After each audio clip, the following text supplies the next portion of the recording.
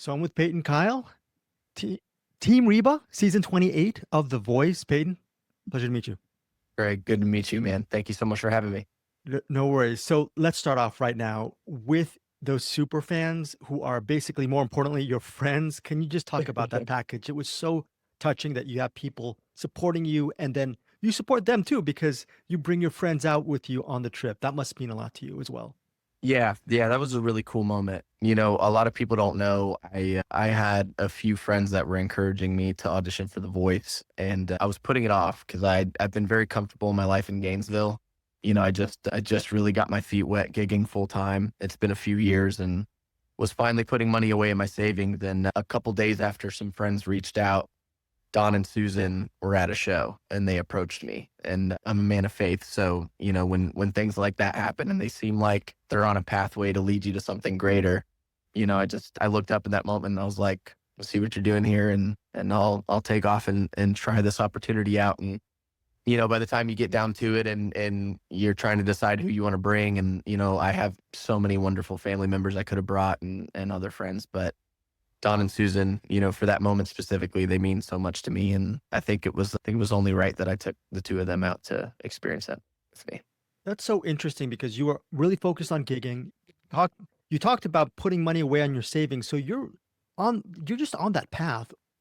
What did you have to sacrifice just to get on The Voice? Because I think a lot of people don't understand how much work you need to put in, and maybe put a hold on your life. Maybe so. Yeah, absolutely. I think a lot of people, most of the contestants are putting something on hold to go out and do this wonderful thing. So, you know, it while it is a sacrifice, you know, it's one of those opportunities that can elevate what we do, the thing that we love. You know, whether you're doing it full time or this is a hobby or whatever, you know, the sacrifice is something incredible ultimately. But yeah, work life, you know, potentially, you know, missing out on certain venues booking you. And for me, it was really tough to leave my best friends and bandmates behind to go film. And, you know, it's a risk. You don't know the outcome. You don't know if you're gonna get a chair turn, if you took all this time off to, you know, to really make it on the show. You never know until that actually happens. So I'm fortunate and thankful that it worked out for me. But yeah, definitely a risk to get up and do the thing in the first place. And what were the tangible things you learned during your voice experience with the band, working with the band, working with the coaches, and just meeting a diverse array of artists and learning from them and collaborating with them as well? Just big picture, what did you learn to take away and come back to Gainesville with? Yeah, automatically, I think it just makes you better. You know, you have to kind of exceed your own expectations. You don't want to go out there and be regular. You know, you definitely want to present something that's a little bit above your pay grade per se. With the band specifically, it's a lot of cool arrangements of the songs. You know, you only get a certain amount of time to perform these songs. So, Talking to the Moon has all these verses and bridges and different things, but you know, I only got 2 minutes, 30 seconds. So it's like within that time frame, you kind of learn, okay, what in this song is going to elevate me? What's going to sound the best? How can I make this the most interesting version of a song with less time? And so I think when I came back home, now all of a sudden with all these songs, whether I'm singing the whole thing or not, I want to build up these certain moments and see if I can get more creative with it. And, you know, a buddy of mine, Max Cooper, who's on the show, he talks all the time about when you post covers and different things, people want to hear their favorite songs, but they want to hear it in a different way. You know, that's what's intriguing to them. So I took that back with me. I've been gigging all week this week and, you know, just thinking about those different things and how can I get more creative? How can I elevate myself from what I was doing prior? And, you know, I credit that to both the people I met on The Voice and the band and everything else. Well, since you are gigging all week, what's it like been actually not reading the YouTube or the TikTok comments, but people at your shows coming up to you and saying, "Hey, I just saw you on The Voice. Or maybe they were already fans of your music and they just come up and give you their feedback." What's that been like? It's amazing. It's awesome. If you see me at a show, come up to me. I love it. I feel like a lot of people feel like a little standoffish at first. They don't want to bother me or anything. It will never do that. It's just cool to see the support. You know, I started this thing a few years ago with, you know, just a handful of people coming to my shows at a time. Nobody knew who I was. So, you know, now to see people appreciate my story and give me encouragement and tell me, sometimes there are people that say they've watched me for years, and that's extremely touching. That's the kind of stuff that keeps me going. That's why I love doing what I do. The connection part is just as fun as being on any stage or anything else like that. I just love people. I love that aspect of what I do. So yeah, it's been pretty incredible. If you see me at a show, man, come right up. I really love that. And you've described yourself as a man of faith. And how much faith did it take for you? You're at either the finish line or starting line, however you want to see it, and then appendicitis strikes. Mm. What is that? How did that faith help you and maybe your friends as well throughout that journey? Because a lot of people would have given up, used that as an excuse, and said, and that would be a great excuse because it's a health setback. What kept you going?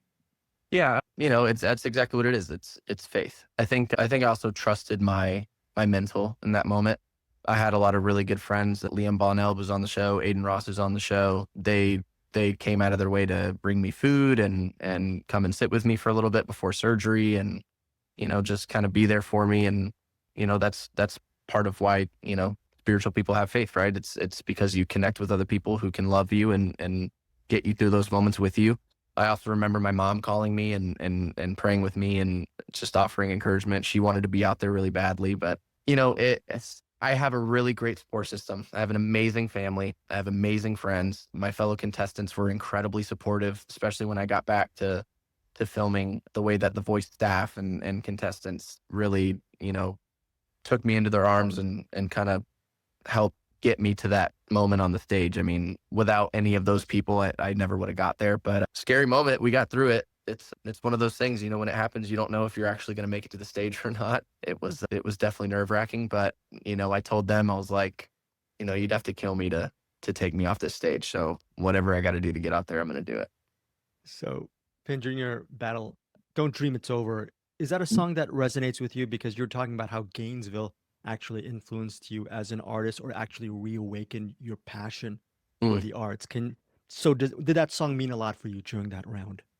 Yeah, that song meant a lot to me for many reasons. That was definitely one of them. Gainesville is a town that is growing very quickly, but more specifically, like, the music scene is becoming very prominent in Georgia, and I'm really thankful to have been a part of that. I had really good jobs in my young 20s, and I was living in Florida. I was very happy. All my family lives in Florida, but there was just that one little thing that's missing, and that's my passion for music. So the fact that I could go to this random town and start my life over completely and be welcomed with open arms, it's like, when you reach the battle rounds or the knockouts or whatever it is, you do kind of have that thought that, you never know, it could be over. But my battle partner, Shan, and I, we both just kind of took that emotional element and said, we want to just make this an incredible performance, want to perform for each other and elevate each other's performances. And I feel like that's what we did. And we created a moment that I think I'll remember for the rest of my life. It's one of my favorite performances of all time. Pin, during that fork in the road, what made you go on that other direction? Because a lot of people, if they had good jobs, if they were doing well, they're having a stable life, that's awesome to that. And you decided to actually really go for it. Was Mm. there a specific moment or was it just a culmination of just thoughts along the road? A lot of prayer, a lot of talking with my family. I have really great parents, Greg. The reason I was working full-time jobs and sacrificing maybe that time I could have spent doing my passion is because I had parents that raised me to work really hard and enjoy whatever job you have. And I'm really thankful for that. I learned a lot of valuable life lessons doing that in my young 20s. Shout out to my dad. It's his birthday today, actually. But it's for the same reason that I was able to get up and go do the thing. I sat with my mom and my brother and my dad countless times just talking about it and wondering if it was going to be the right decision, and the encouragement that I received, even past tense once I moved and started doing it. I call my mother every single day, talk to my brother every day, and their encouragement is incredible. They don't bring up how much they miss me all the time. I know they do. They're just happy for me. And that's something that's really special.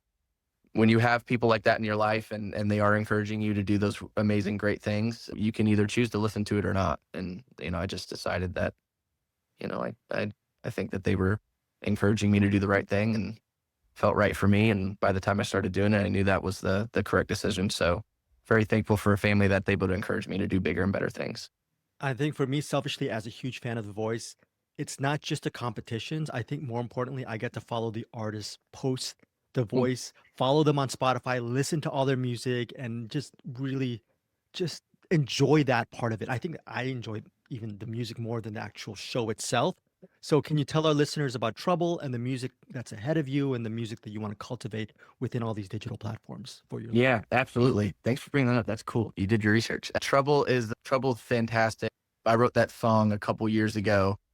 And just like I'm sure any other artist will tell you, you get all these amazing songs that you love, but then they just get lost in all the vaults and your Dropbox and all that stuff, and you just kind of forget about them. But that's the cool thing about what I'm doing here in Georgia. I have amazing best friends that are in my band, very talented guys, and I knew before the show I wanted to have something new that was out that people could go search and find, and I kind of wanted to tap into a new sound I haven't really done yet, and I just remembered that song Trouble that I did with some friends out in Nashville, and eventually the band was able to get a really awesome version down, and we can play it live. It's great, but along with Trouble, I have a lot of other songs out. Go listen to them. Peyton Kyle on Spotify, Apple Music, whatever you listen to music on, I'm on there, and I would appreciate it. But yeah, it's great. You get to do all these amazing covers on the stage, and you kind of just hope that throughout the course of the show, people will look you up and go jam out your personal songs. And so if people do that, I'll be pretty thankful. Go listen to Trouble. I think it's on your IG, Quiet Fire. Is that Quiet Fire, that's my band. Yes, sir. okay? So when someone asks you, Peyton, I want to start a band. Peyton, I want to be part of The Voice. And so two-part question. First, about being part of the band, what should they realize first before they have that thought in their head? And then same thing for question number two regarding, hey, I want to join The Voice. It's just not, I mean, it can, whether it's a lark or a dream, I'm sure there's a lot of steps along the way. Yeah, 100%. If you're looking to start a band, first and foremost, be good at what you do and have confidence in that. It's one of the hardest things you will ever do, trying to get equipment together. Sometimes you need investors, growing a fan base, doing the performances, building a 3-hour set list, and having musicians in your band that you trust. That's huge. I think the first thing you would tackle is making sure that you have a good relationship with the people you're trying to start a band with. Most often you see bands that fail are because they're just trying to pick the best talent, and they worry about the connection last. And for me, Quiet Fire started with a couple of guys that were two of the first guys I met when I got to Gainesville. I met them at an open mic, and eventually we just started jamming out at the house together and cutting up, and we realized that not only do we enjoy the music, but we enjoy each other's time, and that makes everything else so much easier. And then as it grows, we have new members now, but still, they are some of my absolute best friends I've ever had here. Graham Dowdy, my guitarist, he performs with me everywhere. I don't do any solo sets really anymore. If it's not the full band, he's at least just throwing a little bit on there while I'm playing acoustically. And I could do that every single day with the guy. I mean, he's truly one of my best friends. So tackle that first. That's huge. Have a good relationship with the people you want to work with, especially if it involves your passion, because you want to be very delicate with that. And then kind of the same thing with the voice, just trust yourself. If you're a singer, you've been doing this for a long time, or this is the thing you want to do, that's like, to kind of push you into the scene. I mean, just have confidence in your abilities. Have fun with it. Don't look at it as a big production. Don't look at it as this nerve-wracking thing like, oh my gosh, I could be on TV. Just do it because you love it. I mean, the songs are going to come easier to you. You're going to build amazing relationships once you're there. I've got friendships that'll last a lifetime, and we're only in the battles. So yeah, just trust yourself, trust your passion, love every bit of it, and worry about the rest later. Obviously, you can't say anything about knockouts, but what type of energy can we expect from the knockouts? Big picture, non-spoilerish stuff. As the competition goes on, just watch out for me to elevate. I'm gonna bring just a little bit more and more as the competition goes on. If Lord willing, I'm still there. So for the knockouts especially, I want to make sure that I come out with a bang. So we'll figure out what we're going to do next. But I definitely want to give people a little bit more of an edge than they've seen before. And last question: if people are on stage and they want to pick Reba, what does she offer as a coach? We all know she's a queen, but what does she offer as a coach? Hands-on advice. A lot of people have asked me like how Reba is in person and everything. Salt of the earth, man. Reba is like what you see on TV is truly what you get. That is one, Queen Reba. She's got this like incredible motherly energy to her. She just loves you through it. But confidence, she's a lot of fun. Like, most of the practice sessions I have, like you can see sometimes on camera, or, sometimes they don't show it, but you get to just kind of cut up with her. She's very personable. So just be yourself and enjoy the ride. She's very sweet. She can offer advice for anybody in any genre. Don't just look for her specifically if you're country. I'm an R&B soul singer. We have country, R&B, soul, pop, rock on our team. I mean, we have everything, and she's able to coach all of it beautifully. So she's had her hand in almost every genre in the game. She's been prominent since the early 80s. So, there's not a singer out there that she can't coach. And, if you're looking for the best one, then that would be it. Team Peyton, Reba's best. yeah, Peyton, thank you so much for your time.